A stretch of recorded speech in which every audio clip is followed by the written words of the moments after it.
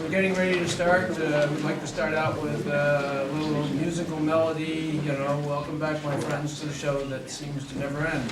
We're so glad you could attend. Come inside, come inside. Okay, welcome to the meeting. May we have the roll call for this special meeting? Teresa. Councilmember Carlson? Here. Councilmember McKeepin? Here. Councilmember Dobby? Here. Vice Mayor Lewis? Here. Mayor Whitmer? Here. Okay, first item on our agenda is public comments. Public comments are restricted to the items that are on the agenda. So if you may choose to speak now or when the agenda items come up, obviously at the end of each item, before the council makes a motion, we will hear public comments on that specific item. Are there any other agenda? Yes? Flag. You don't, it's not on the agenda, so we have to stick to the agenda. Public comment? If you'd like to make a public comment, please step up.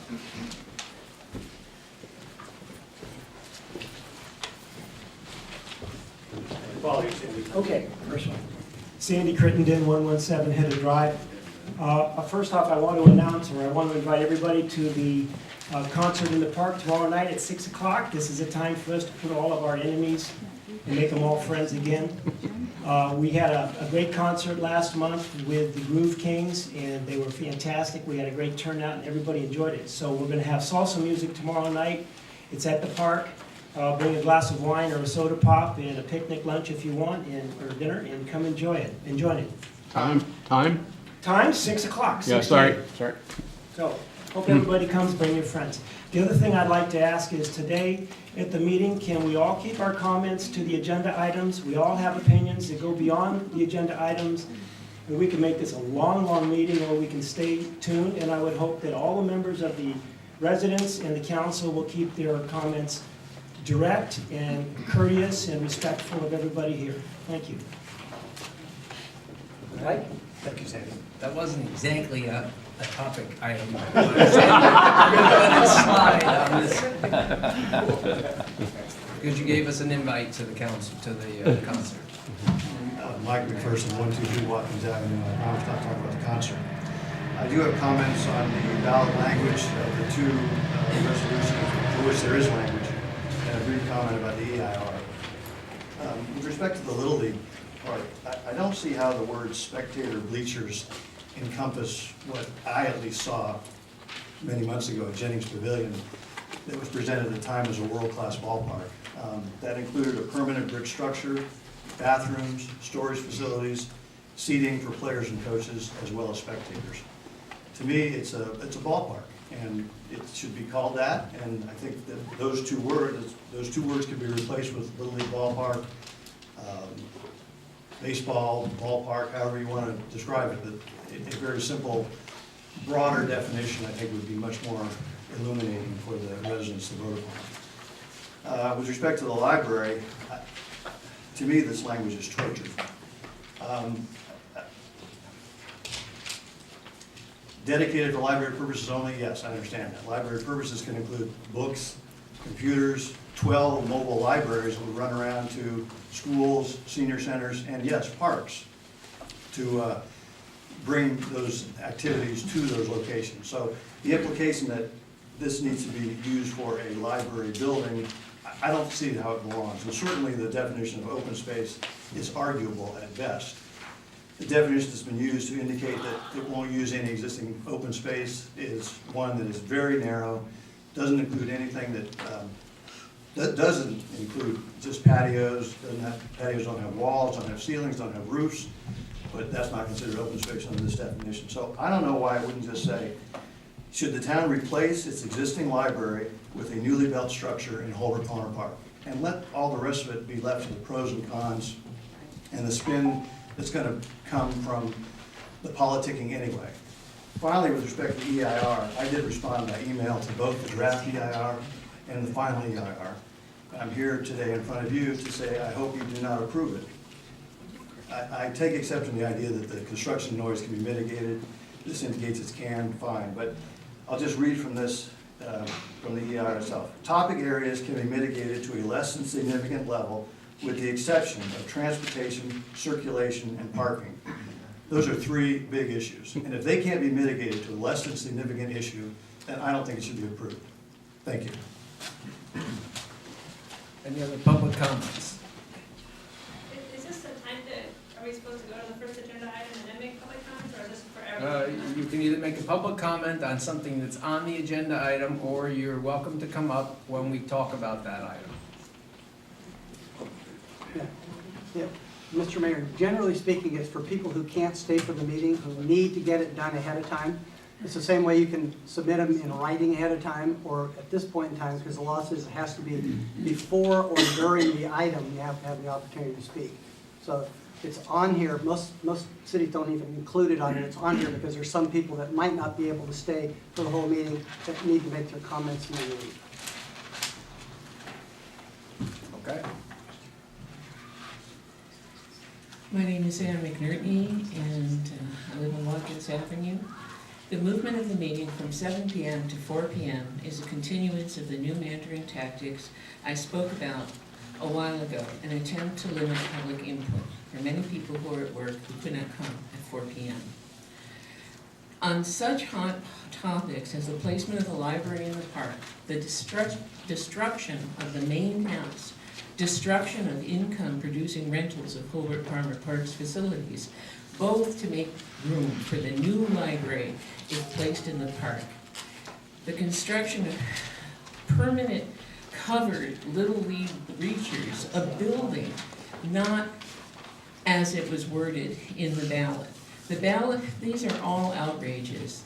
The ballot wording, it is absolutely imperative on the ballot wording that you remove not taking any open space, unless you add, because we are destroying the main house and limiting other participation of other events in the park.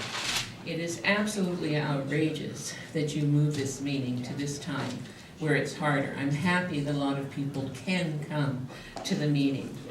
When we were led to believe that we would have a ballot measure which would, on the ballot, when it talked about the placement of the library in the park, do you want the library in the park, yes or no?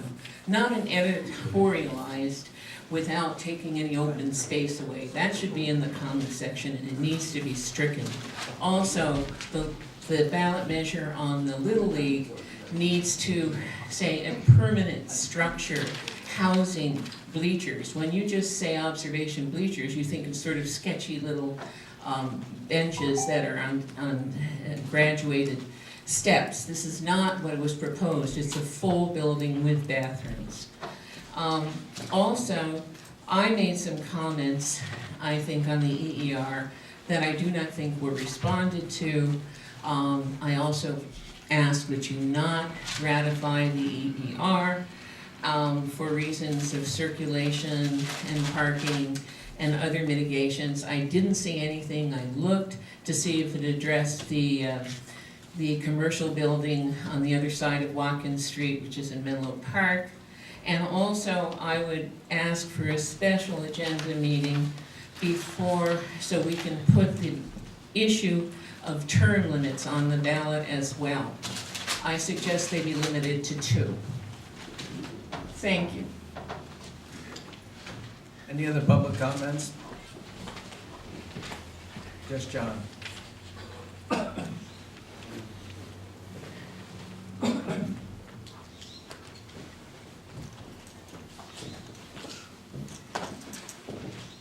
Hi, John Bergero at Stockbridge Avenue. I'd just like to, now I can speak on items not on the agenda, right? No. Only agenda items? Oh, then. You can say hello if you'd like. That statement too. Sandy will let you make a speech at the concert tomorrow. Thank you. Any other public comments? Yes?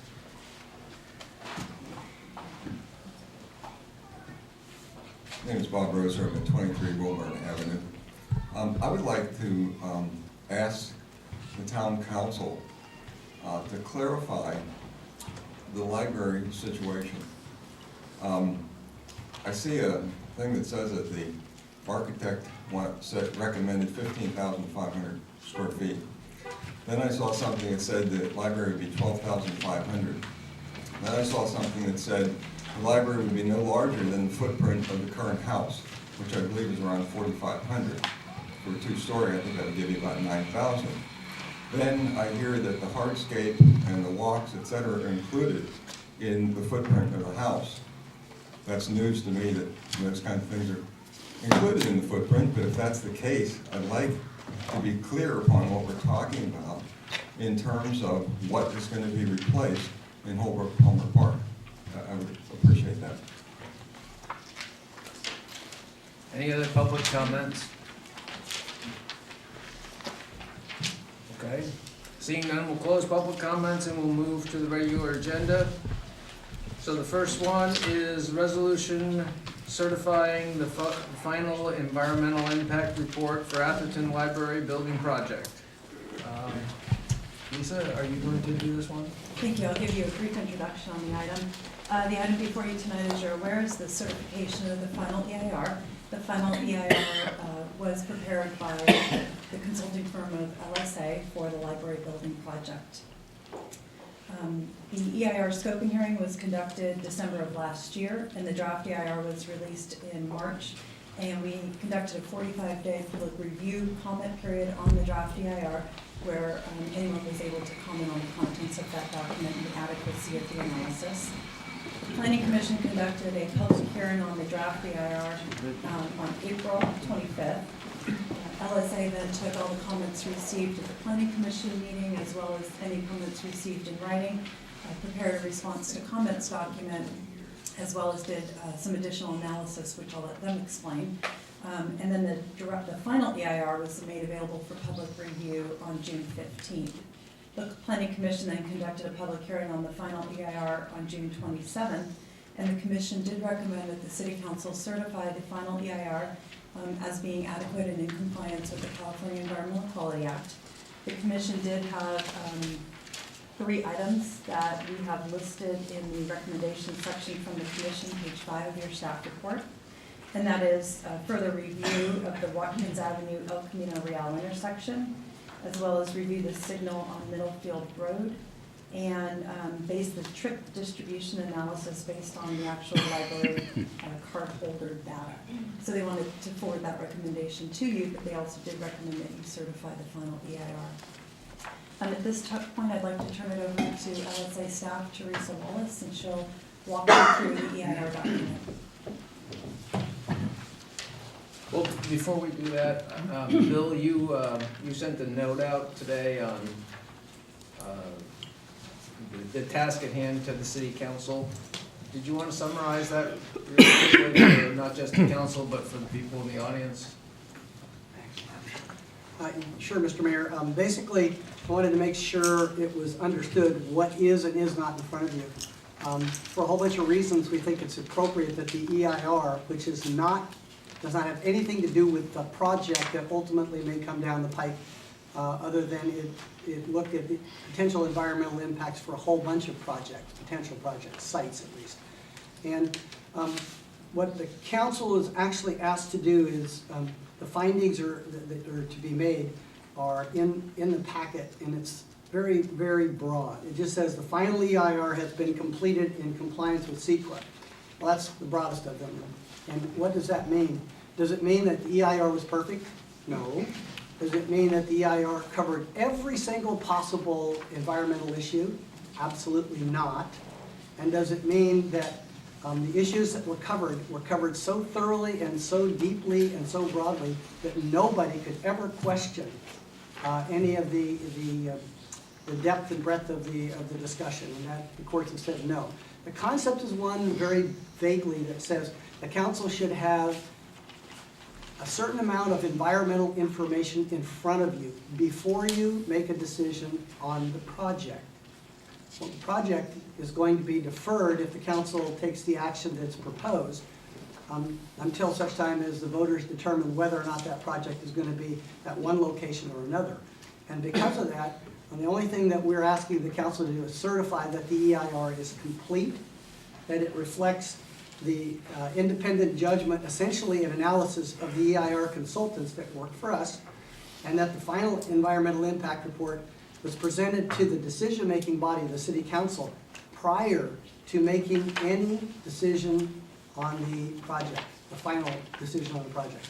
All those, we believe, are clear, they're accurate, and they're very broadly worded. This is different than a lot of EIRs that people may be used to seeing, because it's very often the case, in fact, it's almost always the case, that the project and the EIR and any of the other revisions to general plans or zoning ordinances all meet in a confluence of procedures where you adopt the EIR, you adopt the project, you make all these findings, and the thing is done one way or the other. This is not that project. This one is just looking at the EIR.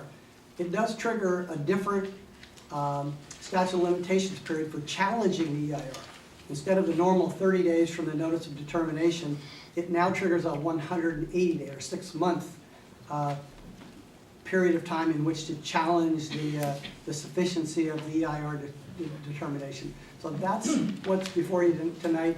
It really isn't about library and the park. It is about whether or not the EIR studied the issues in various locations adequately. Thank you. Okay. Good afternoon. My name is Teresa Wallace, and I'm the project manager for the ATHERTON Library Building Project Environmental Review. I'm a senior planner with LSA Associates, and we have been the environmental consultant to the town for this project. With me today is Megan Macias. She's LSA's principal transportation planner. She prepared the transportation analysis for the EIR. So as you know, the purpose of this meeting is to consider the final EIR for the project. I'm just going to quickly provide you with an overview of where we are in the environmental process. First, I'm going to summarize the CEQA process we have followed to date, and then summarize the contents of the draft EIR and the response to comments document. The CEQA process for this project began last November with release of the notice of preparation of an EIR. The town then held a public scoping meeting on December 8th. The draft EIR was published on March 23rd, and on April 25th, the Planning Commission held a public hearing to receive comments on the draft EIR. The comment period ended on May 7th, and the response to comments document was published on June 15th. The response to comments document, together with the draft EIR, constitutes the final EIR. On June 27th, the Planning Commission considered the adequacy of the final EIR, and as Lisa said, made a recommendation to certify the EIR. So to summarize the results of the EIR analysis, our first step for the environmental evaluation was to prepare an initial study to consider all of the CEQA topics and identify those which did not need in-depth analysis. A full evaluation is a topical section in the draft EIR. The initial study is included as an appendix to the draft EIR. The analysis in the initial study and draft EIR concluded that the project would either result in no impact or less than significant impacts related to agriculture, forestry, and mineral resources, historic resources, land use and planning, population and housing, fire, police, school, park, and recreation services, utilities and service systems, and also visual resources. The initial study and draft EIR also recommended standard construction period mitigation measures to reduce environmental impacts related to air quality, biological resources, cultural resources, geology and soils, greenhouse gas emissions, hazards, hydrology and water quality, and also noise. The draft EIR did identify potential project-related impacts related to transportation, circulation, and parking. Impacts were identified for the intersections of El Camino Real and Watkins Avenue, and also Middlefield Road and Watkins Avenue. Potential impacts to the available parking supply were also identified during periods of peak use in the park. Mitigation measures were recommended in the draft EIR to reduce all of these impacts to a less than significant level. However, it is acknowledged that it is unlikely that the mitigation measure recommended for El Camino Real and Watkins can be implemented. Although the relative impact of the additional trips associated with the project at this intersection is very minor and would likely be triggered with the addition of any traffic at this intersection. The impact here is considered to be significant and unavoidable because the recommended right turn lane may not be installed.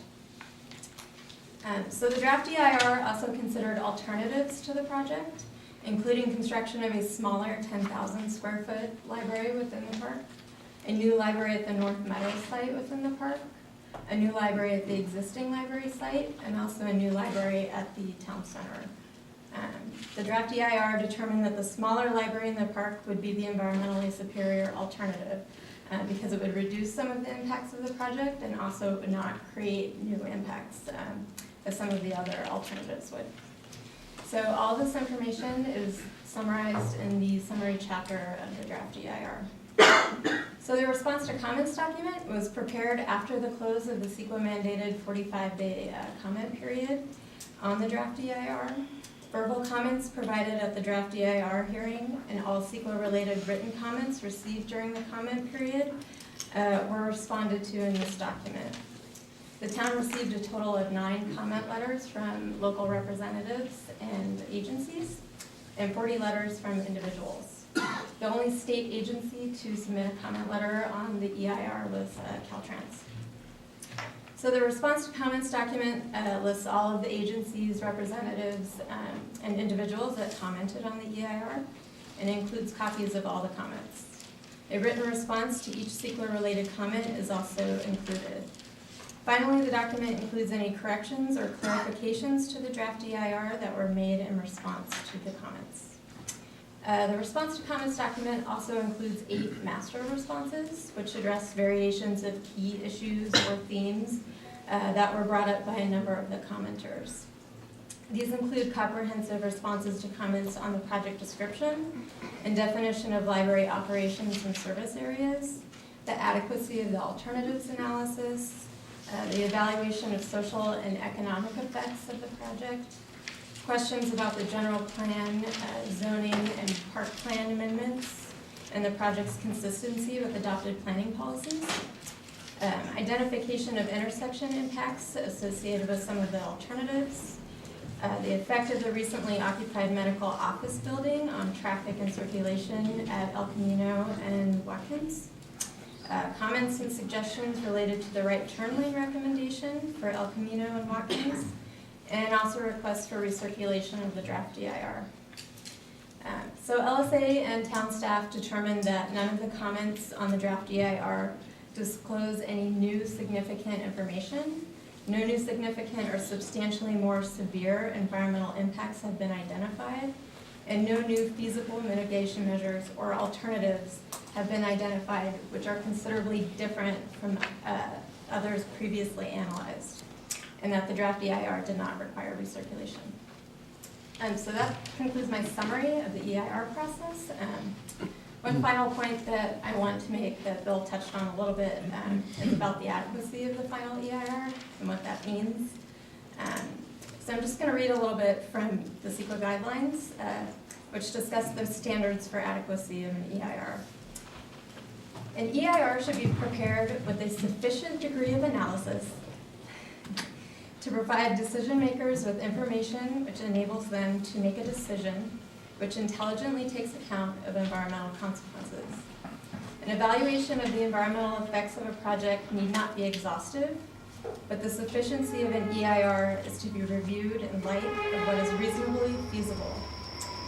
The courts have looked not for perfection, but for adequacy, completeness, and a good faith effort at full disclosure. So really, the basic purpose of CEQA, which is a state law, is to inform the public and the decision makers of the environmental effects of a project, identify ways in which adverse environmental effects can be avoided or reduced, prevent impacts to the environment where feasible, and to disclose to the public reasons why the lead agency may choose to approve a project that has adverse environmental effects. So the City Council is being asked to determine if the basic purposes of CEQA have been fulfilled, and if, based on your own independent judgment, the EIR is adequate. So that concludes my presentation. If you have any questions for me and Megan, we're happy to answer them or save those for later. questions from the council? None. Is that the end of the pres- Are you gonna add anything else? Okay, then, I guess we can open up then for public, comments. So, public comments on item number one. Due to everybody here, I'm sure a lot of people occasionally want to say the same thing. And we want to make sure everybody gets a chance to be heard. But if we don't have to do all this repetitive, keep coming up and saying the same thing over and over again, I would appreciate it, and I think the rest of the council would appreciate it, as well as your fellow residents. Similarly, I know that some council members, in fact, all of us got letters from a number of you. And I know that, at least myself, we can take a poll, but everybody, I think, would have read them. If we're going to, many of them said, please read into the record. Reading into the record means giving them to, saying who they are, saying what the content on an overview basis may or may not be, and then having them filed with the city clerk.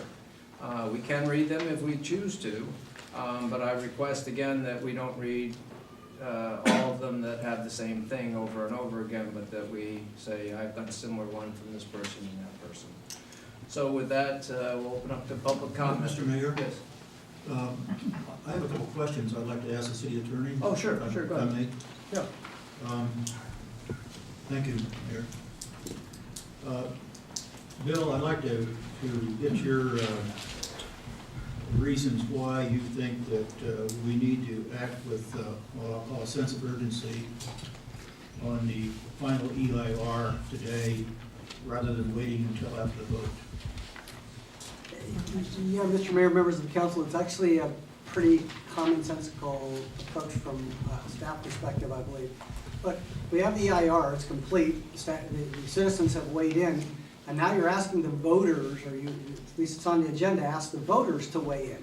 And it would seem that a lot of them haven't been at all these meetings, and they haven't had the benefit of the environmental discussions that perhaps the council's had.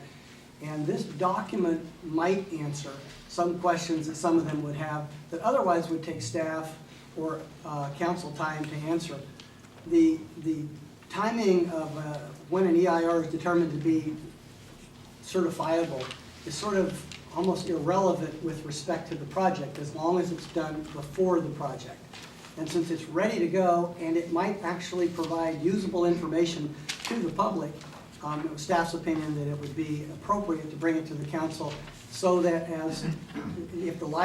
assuming that the council puts the library measure on a ballot for people to vote, it would be, I think, appropriate for them to be able to look at the same environmental information that you may have had access to. Okay, follow-on question here. I assume that this document is on the website? Yes. And it's accessible to any resident that wants to It's on. delve into it. What happens if the council chooses to postpone dealing with the EIR? What are the downsides, the consequences? Well, there is a lawsuit, a legal decision out there that says prior to adopting a ballot initiative that has an environmentally significant consequence, you have to adopt an EIR. And I don't think that's appropriate in this case, but I think that it raises confusion, or could raise confusion among somebody that might look at that and say, oh, this is my only chance, I've only got 30 days in which to file this lawsuit to go forward. And actually, it's just the opposite. The project is not in front of us today, and the downside would be that it might confuse somebody, and somebody might think that this really has something to do with the project if we don't go forward and put the environmental analysis out there. Well, I guess I hear you, but I don't fully understand. Well, I guess the easy way to look at it. I think that one of the reason I raised this is that you're able to separate the EIR and the project in your own mind, but I'm not sure everybody else maybe of the same mind there in terms of how they might be thinking about this. And so I won't go into what my concerns are right now, but I just want to make sure that I understood what the downsides are. And I didn't really hear that there are any adverse consequences if we delay this. It won't get stale. It still could be acted upon in the November meeting. Isn't that correct? Because Could be acted upon any time prior to the adoption. However, I know I kind of got going in circles here for a second. The potential downside is it could, in fact, be viewed by somebody who misreads the law as this is now the appropriate time to file a lawsuit regarding a project. Because we've moved the project somehow down the line without looking at the environmental consequences. And just the opposite is really true, because the EIR addresses multiple sites, not just the library and the park, and actually doesn't make any final judgment one way or the other regarding the project itself. The council is not in front of you, and it won't happen for probably well after November. okay, I'll end my questioning at this point. Through the chair, may I? Sure. So I'm going to follow up with a couple more questions because I had similar questions, and maybe if I ask the question, I will get another answer. You ask somebody the same question 3 times, you might get the right answer. So my question has to do with, is there a deadline under which we have to certify the EIR? It's ready to be certified. Do we have a time limit that's hanging over us that we've got to certify it within the next week, the next month, the next year, or could we certify it in the November meeting after the ballot vote on the location of the library? And there are only two limiting factors. One is it has to be certified before you take final action on the project. And would you define final action on the project? Typically, in my mind, the project and the EIR are, and in fact, it said in your memo to us that they are typically approved at the same meeting. And so we're doing this a little differently. We're approving an EIR without a project designated or literally officially approved. Well, yes and no. The reason that we all started out was there was a project officially approved, and the city council voted by a 3-2 vote to put it in the park, and that was what triggered the need to go forward with the EIR. And what we're doing now is we're saying, look, the EIR is done and it's completed. The other timeline that you have to keep in mind is that for some reason, if after November there is another delay, if the EIR becomes, quote, stale, meaning the data in it, for instance, traffic data. And what would that date be? There is no specific date other than, for instance, if Facebook's second phase comes online, and if the Bohannon project is approved, and if something else happens in another jurisdiction nearby that shall not necessarily be named in the park, it certainly could impact the amount of traffic in this study that triggers now a new traffic study. It wouldn't mean the whole EIR had to be redone, but it could mean that issue would have to be done. The downside is minimal. Staff believes the downside is minimal. At the same time, we also believe that since this is designed, the only purpose of the EIR is to educate both the council and the public. If the EIR is done and it might impact somebody's ability to vote fairly on the ballot measure, we thought it was worth bringing to the council now. Well, that was just some of the procedural questions I had, because once you certify the EIR, is there a time limit under which we are limited to before we can start the project, or that we have to start the project? You talk about the 180-day statute of limitations for a lawsuit to be filed once the EIR is approved, but that's only after then the project is approved. Now, actually, there are once an EIR is certified, it can be used for years and years and years into the future, and often is. And many times what you'll see is an EIR that is certified may be pulled off the shelf and re-looked at, and the data may be freshened, but basically 80 or 90% of it will still remain the same. That's pretty common in areas where they do a lot of EIRs. And so the fact here is it may need to be recirculated, it may need to be reviewed in the future if there are delays, you know, into the number of years. So, you know, we're not contemplating that, but we have no way of knowing. But it does start the clock ticking. If we certify, according to your memo to us, if we certify the EAR on July 25th, any lawsuit challenging that action would have to be filed on or before sometime around January 25th, which is about 180 days from today. That's true, just the EIR. So I think the more prudent approach might be to not certify the EAR until after the November election, and then certify it when the project is approved, and then start the time limit then. That's a way to do it. Kathy was up next. Bill, apart from personal opinion with regard to when one might wish to file a lawsuit, is there any good and valid reason, if the required findings are met, that you see not to certify the EIR? Well, the recommendation of staff coming from your professional planners, your EIR consultants, is that under the incredibly broad standards relating to CEQA, this law, the EIR is final, complete, and is certifiable today. It will probably still be certifiable in 6 months or a year, but I can't say there's any reason from staff's perspective that we can tell you don't go forward today. Jim? I would say this, that I think our attorney has made it crystal clear that approving the EIR does not make any decisions regarding the positioning of the library, and based on what I believe probably will happen, that will be up to the residents. So this is totally separate, and I think the attorney has done a good job here in making that crystal clear. I see no particular reason for delaying the decision. The only reason